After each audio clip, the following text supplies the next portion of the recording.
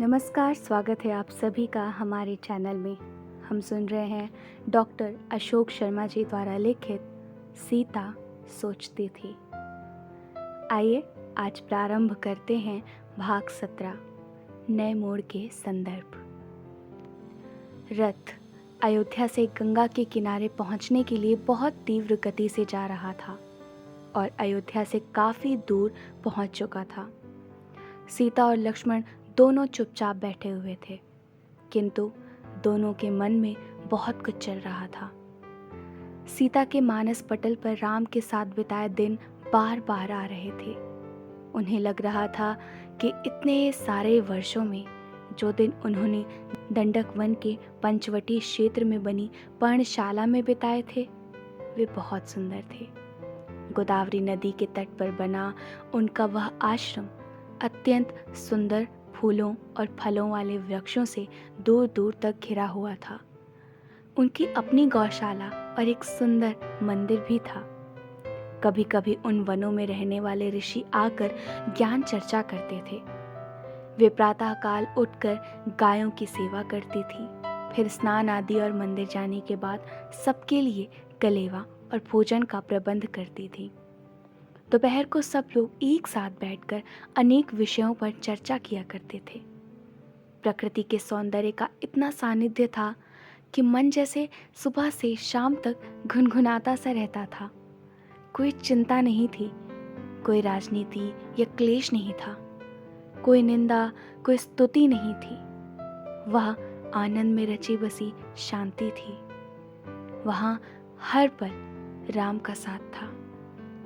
उन्हें लगा वहाँ प्रकृति की गोद में रहते हुए जो अनुभूतियाँ हुई वे अलौकिक और दिव्य थी, किंतु बस एक छोटी सी भूल, एक स्वर्ण मृग की मरीचिका ने उनके जीवन को तूफानों से भर दिया और 13 माह रावण के सख्त पहरे में दुखपूर्वक बिताने के बाद भी उसका प्रायश्चित पूरा नहीं हुआ था।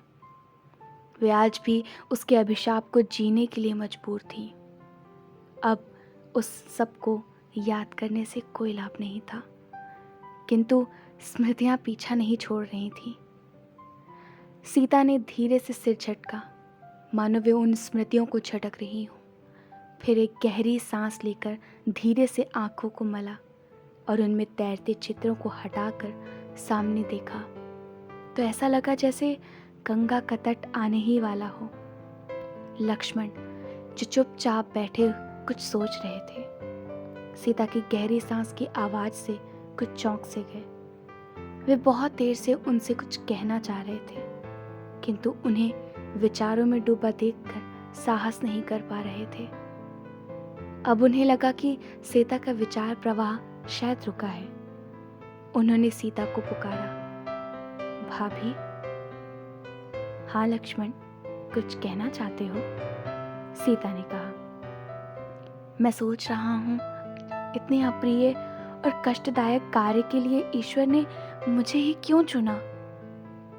लक्ष्मण, प्रथम तो यह कि जीवन ने मुझे जो सिखाया है उसके आधार पर मैं ये कह सकती हूँ कि प्रिय और अप्रिय की भावना सदैव कष्ट देती है। और हो सकता है कि जिसने तुम्हें इस कार्य के लिए चुना है उसने तुम्हें इस कार्य के लिए सबसे उपयुक्त पाया हो। ऐसा क्यों? लक्ष्मण, माँ जिस हाथ से बच्चे को भोजन देती है, भूल करने पर उसी हाथ से दंड भी देती है। जब मेरा मन स्वर्ण मृग के मोह में उलझ गया था, तब उससे होने वाले दुष्परिणाम को सोचकर तुम्ही ने मुझे उस मोह से बचाने का प्रयास किया था। आज तुम ही मुझे इस समय वन में छोड़ने के लिए जा रहे हो। यह प्रकृति का न्याय ही तो होगा। हो सकता है यह किसी दृष्टिकोण से न्याय होता हो, किंतु इस अवस्था में आपको अपना घर छोड़कर वन जाना पड़ रहा है। यह घोर पीड़ादायक तो है ही। लक्ष्मण, इंसान जहाँ रहने लगता है वहीं उसका घर बन जाता है।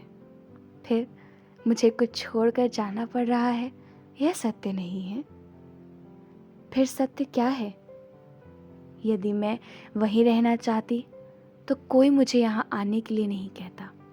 तुम्हारे भैया तो बहुत प्रसन्न होते। उनका तो सब कुछ छोड़कर मेरे साथ वन आने के लिए भी बहुत आग्रह था। मैंने ही उन्हें रोका। यह निर्णय स्वयं मेरा है और मैंने बहुत सोच समझकर यह निर्णय लिया है। किंतु आपके मन में श्री राम के लिए जो प्रेम है, क्या वह समाप्त हो सकेगा? क्या आपको उनकी स्मृतियां परेशान नहीं करेंगी? लक्ष्मण, मोहजनित प्रेम को मैं पीछे छोड़ आई हूँ। श्रद्धाजनित प्रेम हमेशा रहेगा और उनकी पावन स्मृतियाँ मुझे परेशान नहीं करेंगी, अपितु मेरे लिए सदैव आनंद का कारक होंगी। और आपकी होने वाली संतान, क्या वह भी आपके प्रेम से वंचित रहेंगी? क्या उसके मोह से भी आप दूर रह सकेंगी? लक्ष्मण, मैंने मोह छोड़ा है, कर्तव्य नहीं।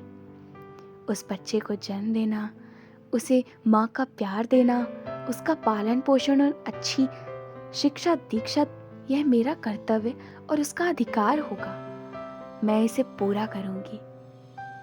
लक्ष्मण मौन रह गए। उन्हें लगा अब कहने के लिए कुछ शेष नहीं है। किंतु सीता ने फिर कहा, लक्ष्मण, मैं तुम्हें जानती हूँ।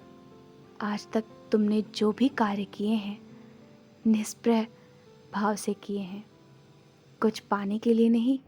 अब पुनः मुझे वन तक छोड़ने के कार्य को भी इसी भाव से करो और अपने मन में किसी विषाद को स्थान मत दो। सीता की बातों से लक्ष्मण के नेत्रों से अश्रु छलक उठे।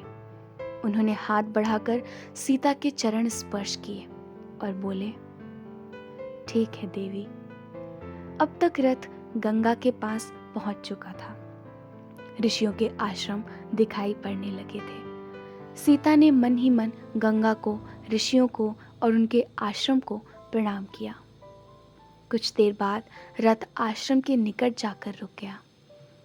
रथ रुकते ही आश्रम में रहने वाले बालक जो इधर उधर खेल रहे थे रथ के पास आ गए।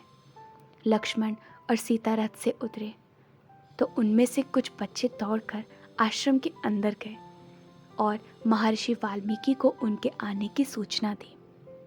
महर्षि अपने कुछ शिष्यों के साथ बाहर आए और उन्हें सादर आश्रम के अंदर ले गए।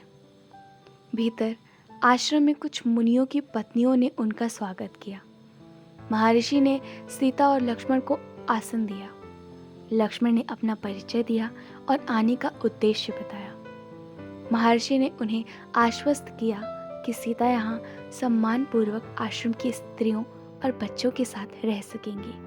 उन्हें कोई कष्ट नहीं होगा।